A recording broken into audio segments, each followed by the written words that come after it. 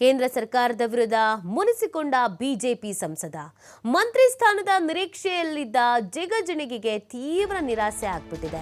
ನಂಗೆ ಹಿಂದೆ ಜನರು ಬಿಜೆಪಿ ಸೇರಬೇಡಿ, ಅದು ದಲಿತ ವಿರೋಧಿ ಅಂತ ಹೇಳಿದ್ರು.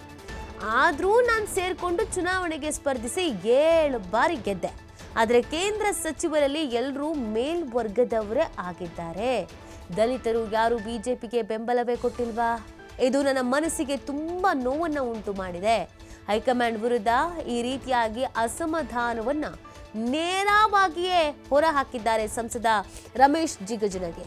ಏನಾಗಿದೆ ಅನ್ಯಾಯ ಅನ್ನೋದ್ರ ಬಗ್ಗೆ ಅವ್ರು ಮಾತನಾಡಿದ್ದಾರೆ. ನನಗೆ ಹಿಂದೆ ಬಿಜೆಪಿಗೆ ಹೋಗ್ಬೇಕಾದ್ರೇನೆ ಎಲ್ಲ ಹೇಳಿದ್ರು, ಬಿಜೆಪಿಗೆ ಹೋಗಬೇಡ, ಅದು ದಲಿತ ವಿರೋಧಿ ಅಂತ. ಆದರೆ ನಾನು ಕೇಳಲಿಲ್ಲ, 7 ಬಾರಿ ಗೆದ್ದಿದ್ದೀನಿ, ಆದರೂ ಸ್ಥಾನಮಾನ ಅನ್ನೋದು ಸಿಕ್ಕಿಲ್ಲ ಅನ್ನೋದು ಅವರ ಬೇಸರ, ಅವರ ಆಕ್ರೋಶ, ಅವರ ಅಸಮಾಧಾನ.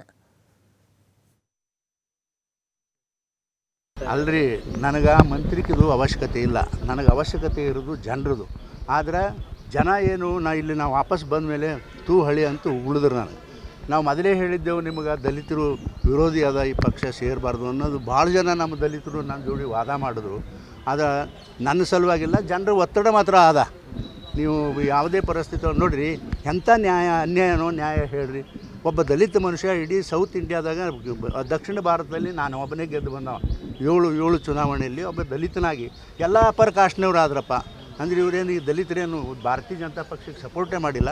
ಅದಕ್ಕೆ ತುಂಬ ಅದ್ರ ಬಗ್ಗೆ ನನಗಂತೂ ಮನಸ್ಸಿಗೆ ನೋವಾದಪ್ಪ. ಇಷ್ಟು ಮಾತ್ರ ಹೇಳಬಲ್ಲೆ ಸರ್. ಈಗ MP ಫಂಡಲ್ಲಿ ಏನಿದೆ ಅದು